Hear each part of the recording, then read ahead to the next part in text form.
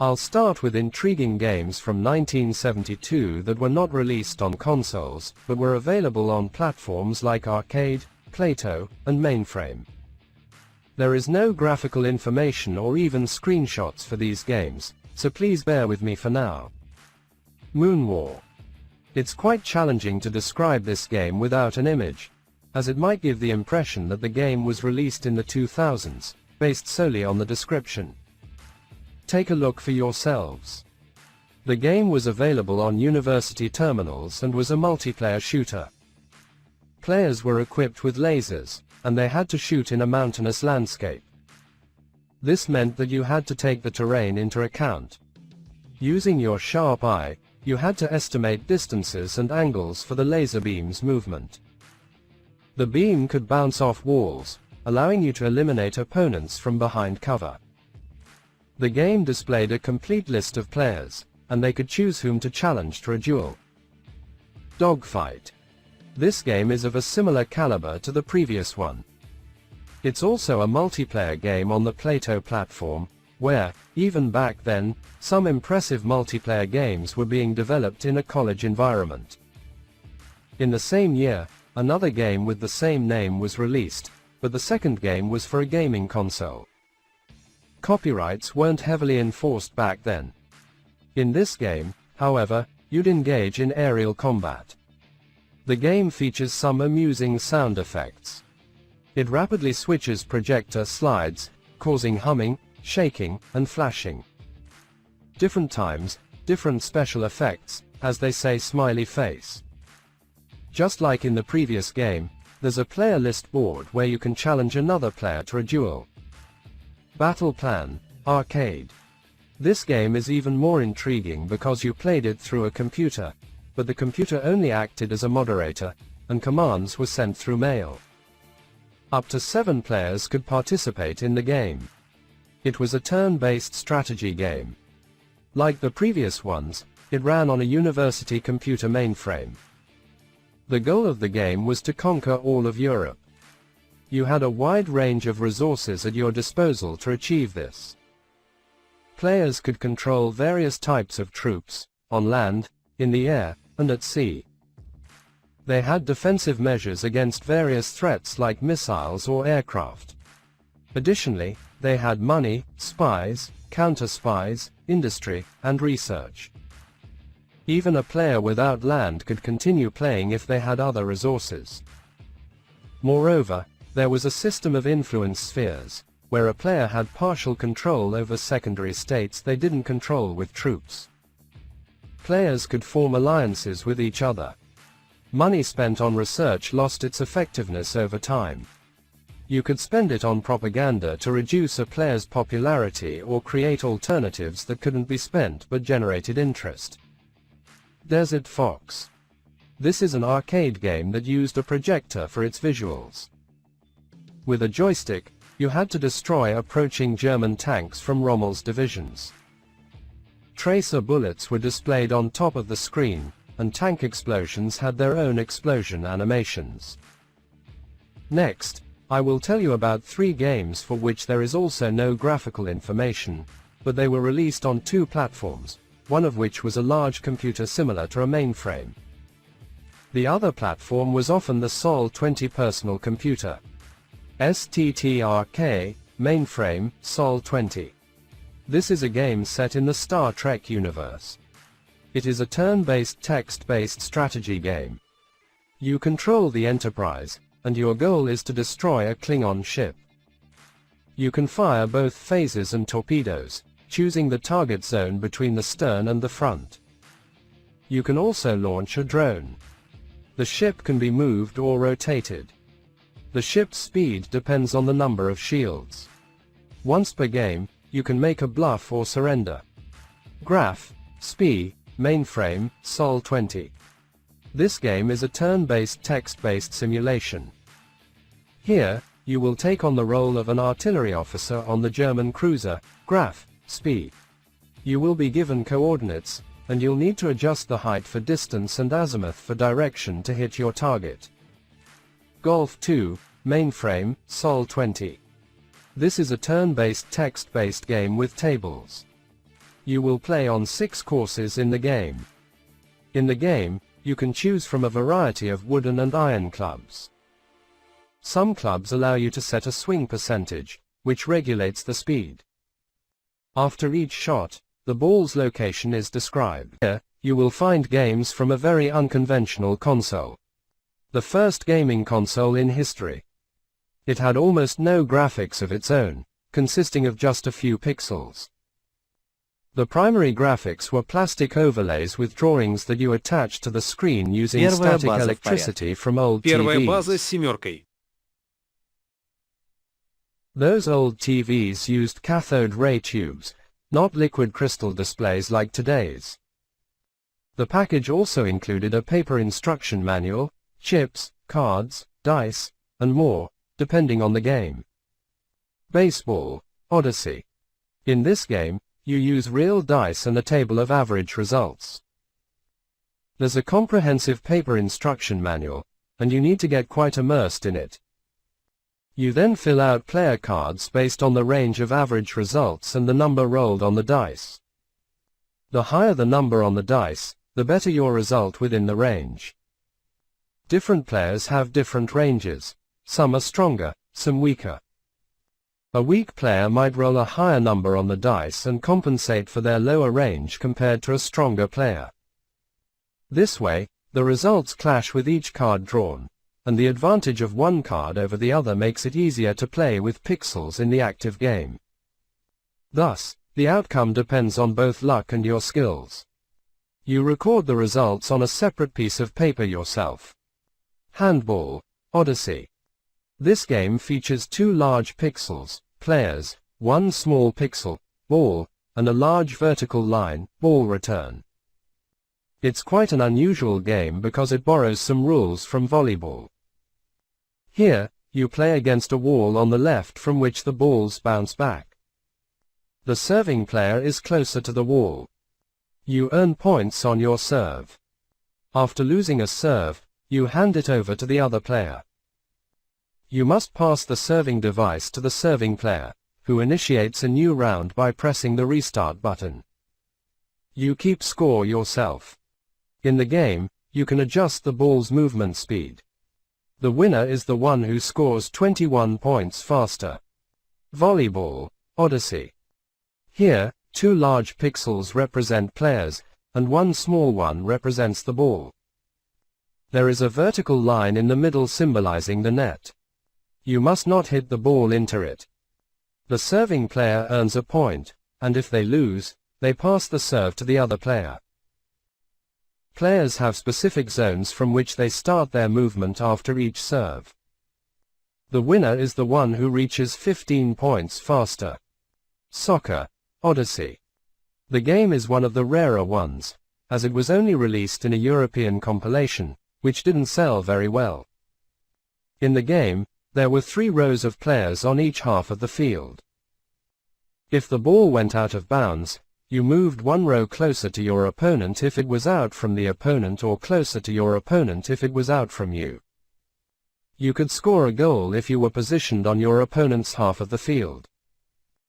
The winner is the one who scores the predetermined number of goals agreed upon between the players. The set included a scoreboard for keeping track of the game, and the numbers on it scrolled using a wheel. Wipeout, Odyssey. The game consists of 2 parts, the screen part and the tabletop part. On the screen, only a couple of pixels are displayed, but the background in the form of a track with simple lanes adds some visual appeal. The genre can be considered as a racing game. Up to 4 players can play simultaneously, but taking turns, as the tabletop part of the game has 4 lanes for each player, and each has 4 colored chips. You need to maneuver your pixel on the screen as quickly as possible without going beyond the track's boundaries and avoiding getting hit by the enemy pixel moving from left to right. You earn 30 points for each attempt to complete the track, but penalties are subtracted, 1 point for each passage from left to right and vice versa of the enemy pixel.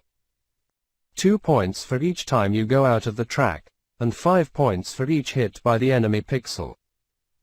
After tallying the points, You move your chip along the tabletop version of the track based on the remaining points.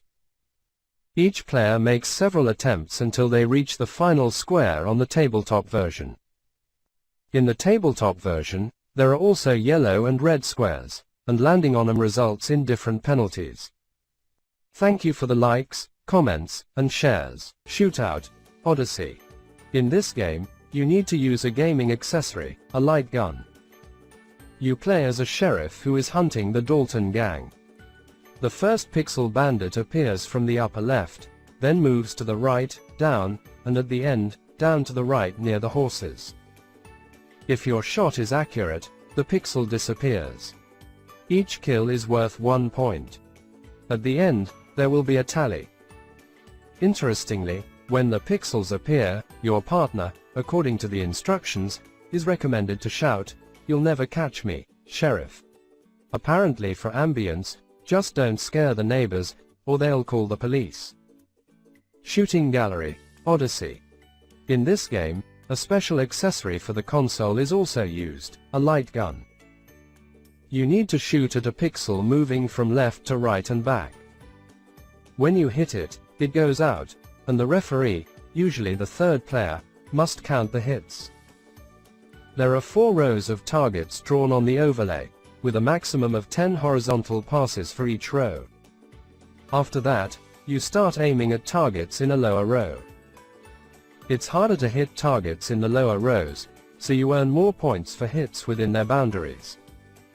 First row 1 point per hit, second row 5, third row 7, fourth, the bottom row, 10. Prehistoric Safari, Odyssey. The name may not be obvious, but here you will also shoot with the light gun, but this time at dinosaurs. The game has 2 modes. In the first, you simply try to shoot the pixel near the red dot. When the pixel goes out, it counts as a hit. You get 15 shots, and the more of these prehistoric creatures you kill, the better. In the second mode, different amounts of points are awarded for each creature. Here's what they give for each: jungle tail and flying lizard 10 points, 2 scaly monsters 7, 3 sawyers 5, 2 swamp monsters 5. Dogfight, Odyssey. The last shooting game in this video. But in this shooting, 2 players play simultaneously. The Red Baron pilot starts from the upper corner and moves down. The other player, an air ace from World War I, tries to shoot him down with a gun, realistically. The Red Baron is only vulnerable in the circles with crosshairs. So, when you hit, the pixel goes out, and the shooter gets a point. Points are also awarded if the pilot goes beyond the boundary of his path. Then the players switch roles, and the one with more points wins. Percepts, Odyssey. This is a memory card and symbol matching game. It was sent to you for free if you participated in a special survey by the developer. In the simpler version, you lay out 3 cards in 5 rows in front of you. You are given 30 seconds to memorize them, and then you must use a pixel on the screen to indicate its location, which row and position. The second version was more about reaction. Both players looked at a card to find a symbol made of dots on it. Then they looked for the same dots in a field of 3 by 5 cards. The player who quickly moved the pixel on the screen to the position where it was on the row of cards won the round and took that card. Invasion, Odyssey. This is a strategic game consisting of 2 parts, tabletop and on-screen. The tabletop version is a map with 12 lands and castles inside them, where you place your chips 4 in the castle and the rest outside its borders. The maximum number of players is 4, and the more players, the fewer chips each has available. To calculate the maximum number of chips, a special table needs to be used. Each chip represents a separate army. For each destroyed army, you receive a card with a chest that can contain from 1 to 10 treasure chests. With 4 treasures, you can buy an army, chip, and with 10, you can buy a ship. First, you attack armies on land outside the castle. If you destroy them all, a separate battle inside the castle begins. Each battle on the field is primarily a test of reaction. The attacker tries to break through without touching the central segment, which the defender protects on the right side. Battles inside the castle rely more on physical memory, as you first declare which tower you will capture, then turn off the pixel's backlight and try to reach the target in invisible mode. Then you turn on the backlight and see if you manage to at least touch the desired tower. Naval battles take place through movements along the edge of a square map.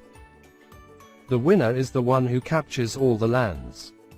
If multiple lands are neighboring the defending player, you can attack them one by one in succession.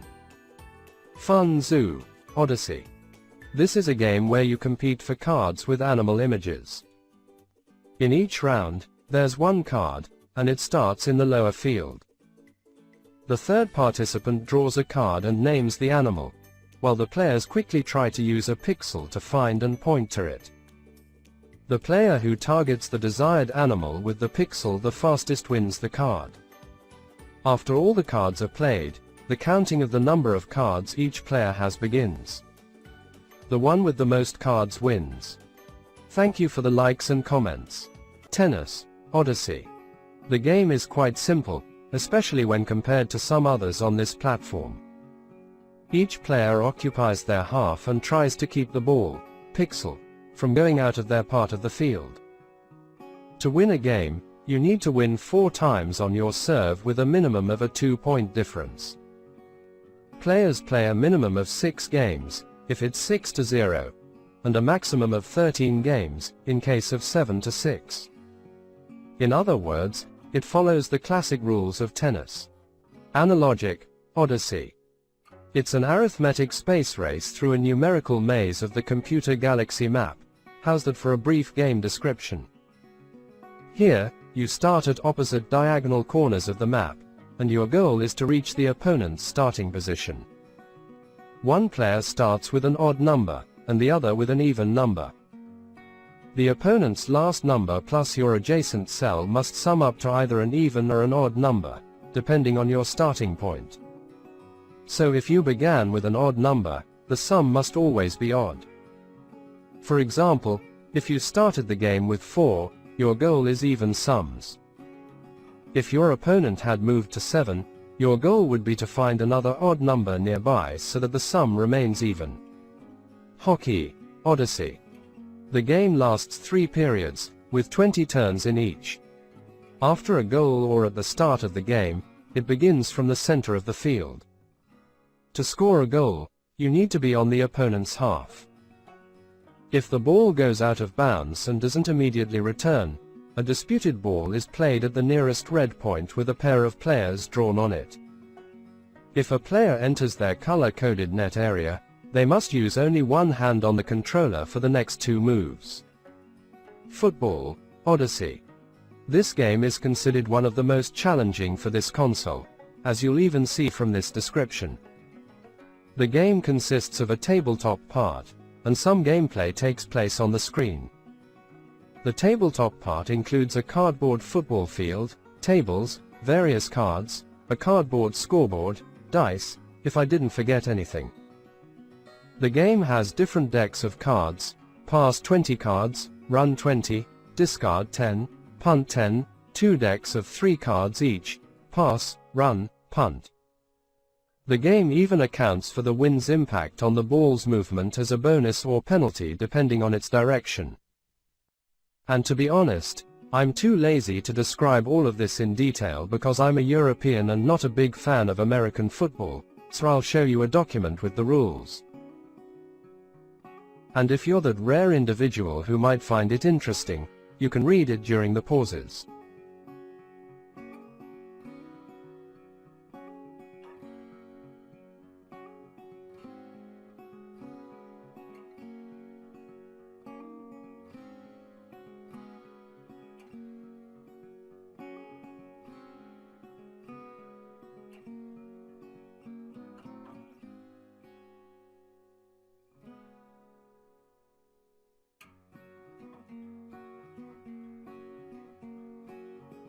Submarine, Odyssey.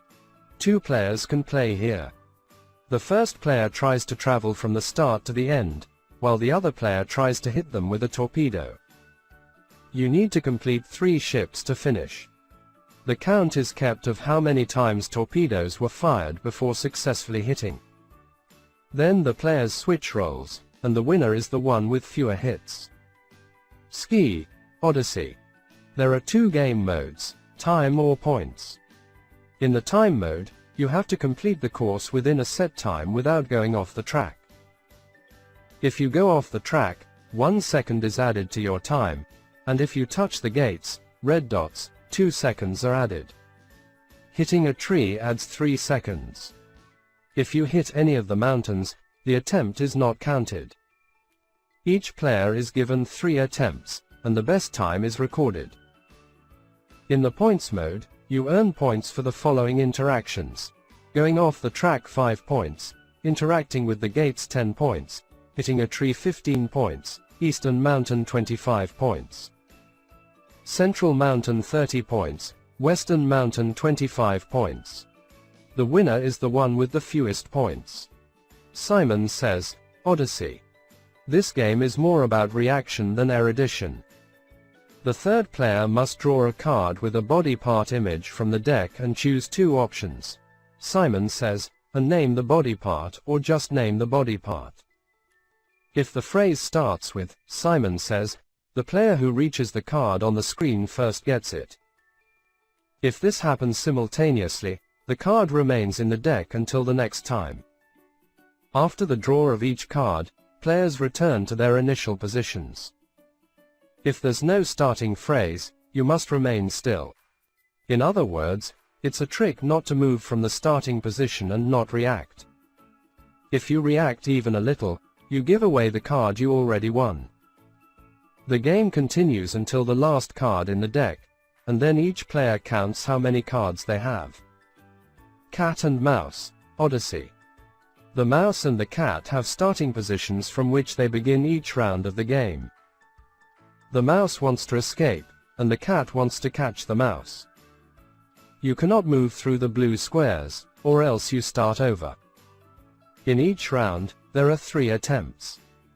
If the cat catches the mouse, they earn points calculated as the sum of the digits horizontally and vertically. Then the players switch roles, and the winner is the one with more points. Thank you for likes and comments. Roulette, Odyssey. In this game, you use various items besides the screen. First, there's an overlay on the screen, and then there's the tabletop part of the game, chips, and paper money. Each player is given $1,000. Bets can be placed on black or white, even or odd, and on 1 or multiple numbers. After pressing the reset button, the pixel must end up off-center, otherwise, the round is reset. In the tabletop part of the game, there are fields where you place your chips, and it immediately shows the odds at which you win if you're lucky, for example, 12 times the bet. Haunted House, Odyssey. You play as either a detective or a ghost and then switch roles. The ghost starts, hides behind one of the objects, and becomes invisible until the detective gets close. The detective needs to move from the bottom left to the 3rd floor from the top right. He must name objects one by one, and a card is given for each correct guess. You must avoid hitting the window with a light pixel, or you lose a card. As you approach the ghost, the other player says, "Boo," and the ghost becomes visible. Now, you must avoid the detective, using alternative routes, or you lose half your cards. When you reach the letter on the 3rd floor, you must also pick one of the cards with secret messages and perform the written action, which can be either beneficial or harmful. After the game, players tally up who has more cards when playing as the detective. States, Odyssey. 2 players take turns playing this game. With the button pressed, the pixel is invisible, so you move it that way. Then, you suddenly turn it on to reveal its location. The player must name the state near that pixel or the nearest state if they didn't hit it.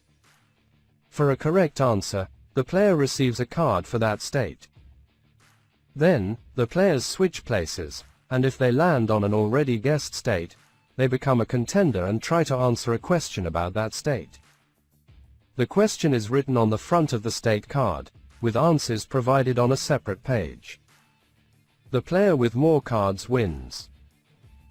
Bagels, Altair 8800, Commodore PET, CBM, HP Programmable Calculator, KIM-1, Mainframe, Sol-20, TI Programmable Calculator, TRS-80. This is a word guessing game where you try to figure out a phrase made up of random letters. You provide your guess, and the computer tells you how many letters you got right in the correct position or if you have the right letter in the wrong place. By comparing your attempts and these hints, you must deduce the phrase within a limited number of attempts. It's a simple text-based game, but this simplicity made it popular because it could be ported to many less powerful platforms. Thank you for likes and comments. Top 3 best games in 1972. Here are the top 3 games. The complete list of the top 37 games. Rank 3, Table Tennis, Odyssey. Undoubtedly the best game on this platform this year. This assertion holds true when compared to previous Odyssey games. Yes, it bears a striking resemblance to Atari's Pong.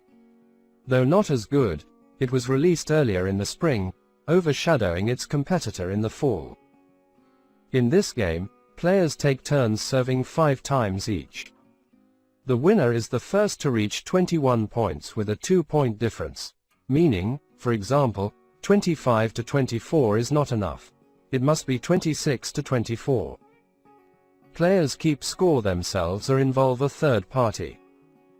Rank 2, Kingdom, Altair 8800, Commodore PET, CBM, Heath, Zenith H8, H89, Intel 8080, Mainframe, Sol-20, SWTPC 6800, TRS-80, Zlog Z80. This is a text-based turn-based strategy game. Kingdom is an enhanced version of the game, Hammurabi. You play as the ruler of a medieval kingdom, tasked with elevating it to prosperity. As in the original, every turn involves crucial decisions. How many acres of land to buy or sell? How many bushels of grain to allocate to your people? How many bushels of grain to plant? Various random events may disrupt your plans. Poor decisions can lead to the downfall of the kingdom, while wise choices can turn it into a great empire. Rank 1, Pong, Arcade, Dedicated Console, Apple II, Commodore PET, CBM, Atari 8-bit, Amiga, DOS, HP Programmable Calculator. This Atari game was one of the earliest created for a monitor, not electromechanical. Originally conceived as a technical exercise, it closely resembled Magnavox's table tennis. However, Atari's management liked it so much that it was decided to make it their flagship release. Magnavox filed a lawsuit, and a settlement was reached. It became the first commercially successful standalone game. Since Magnavox's initial games were bundled with the console or lacked success, the entire project is considered successful rather than individual games. In 1975, a home version of Pong was released, which is considered a port, so it won't be included in my rankings for this year. Many clones were subsequently released, initially in arcades and later as home versions. Notable improvements over the Odyssey version included a longer paddle, automatic scorekeeping instead of relying on a third player or disputes, variable ball deflection angle based on impact location, and gradually increasing ball speed during prolonged rallies. Another peculiarity was the refusal to fix a bug where the paddle in the upper part did not reach the edge. Justified as adding to the game's hardcore nature to prevent high-level players from playing too long, given that you paid a quarter per attempt, not for the game duration. It's truly challenging to overstate the contribution of this game to the future history of video games. Thank you for likes and comments.